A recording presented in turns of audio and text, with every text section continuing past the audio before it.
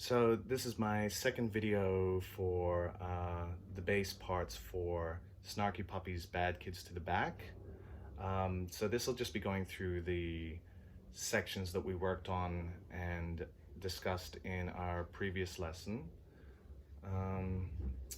The first video, of course, were the ones where I rewrote some of the sections, or two of them, because this was originally written for a 5-string bass, and I basically just moved most everything up an octave. And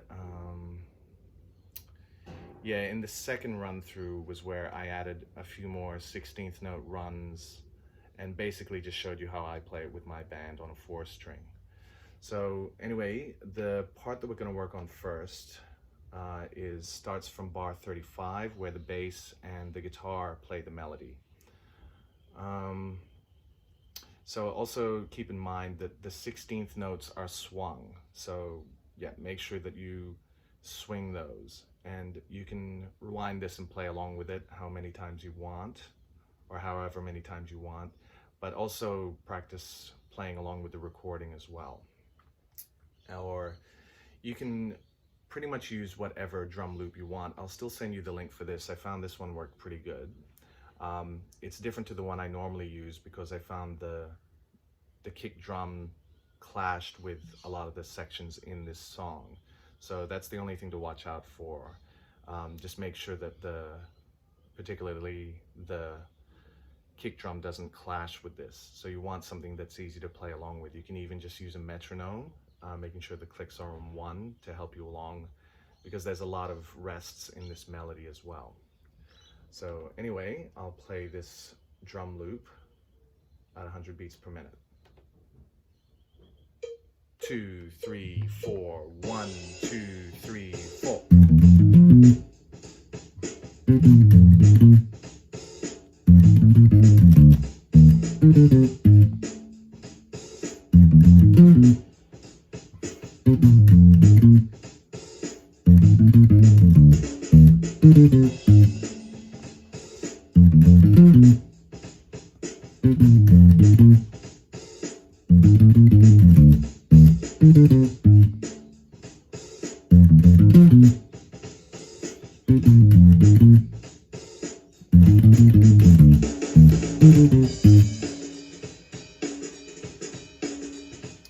Okay, so I played that. It was basically a 4-bar melody, and I played that through 4 times.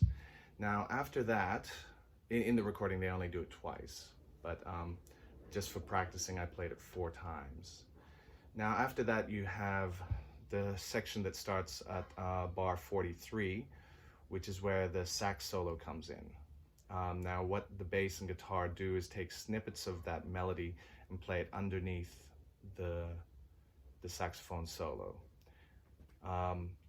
So I'll play through that 4 times, and then I'll start the drum loop again and play the melody twice through, and then that section that starts at bar 43 twice through as well.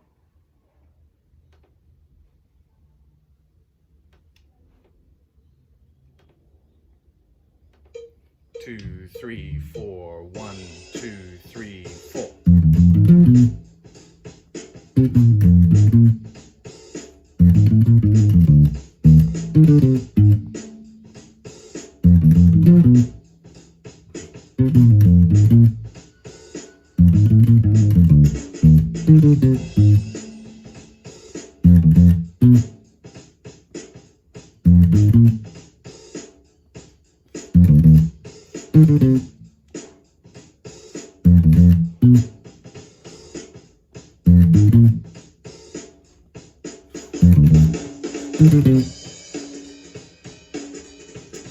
So that was mostly just to demonstrate how the sections change, even though they're very closely related to each other. Now what I'm going to demonstrate now is I'm going to play through that the section that starts at bar 43 again, where the sax solo comes in. But when you get to bar 51, that's when you get some new chords being played underneath that bass line / guitar line. but also I think the guitar plays the chords along with the piano when you get to bar 51.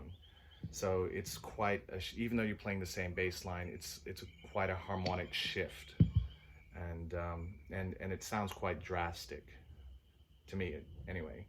Um, so what I'm going to do is I'm going to play pretty much bar 47 twice through, and then from bar 51 I'm going to play that 4 times through. So as I said, you know, it's harmonically quite a drastic change, so you got to be ready for that, because it is a trippy bass line being played under there, because it doesn't start on beat 1. You know, it starts on beat, in the first bar, it starts on beat 4 and a, and then at the 4th bar it goes for E and a, and then into the first bar. So it's something that you've got to practice with both those different harmonies, and of course you can practice along with the recording as well. That will help. So I'll start the drum track, and as I was saying, so twice through without any chords, and then when it comes into the part with the chords, I'll go through that 4 times. 2, 1, 2, 3, 4. 1, 2, 3, 4.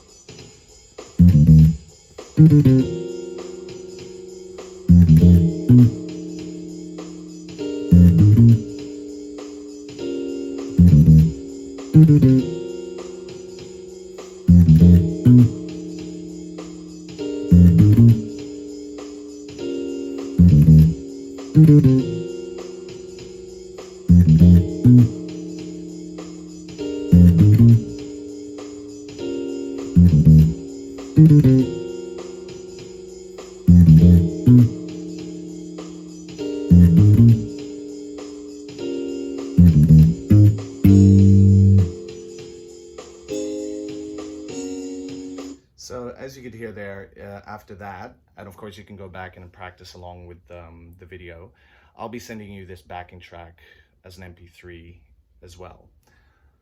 Now, as you can see there, and as you can hear there, sort of at 55, 56, 57, 58, 59, bar 59, the second time ending as it's shown on the original sheet music, it goes back into that section that I rewrote, the second one.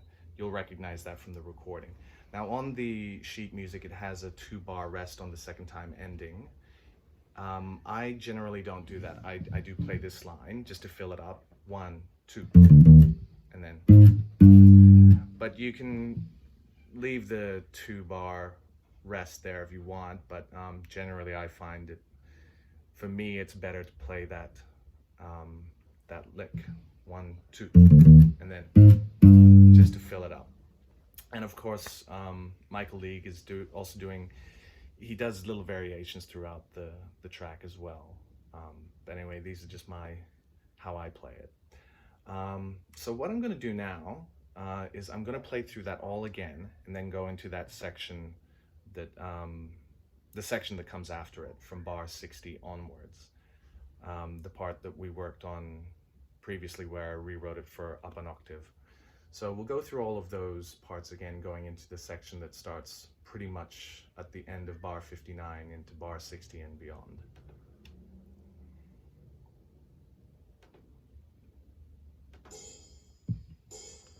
One, 2, 3, 4. 1, 2, 3, 4.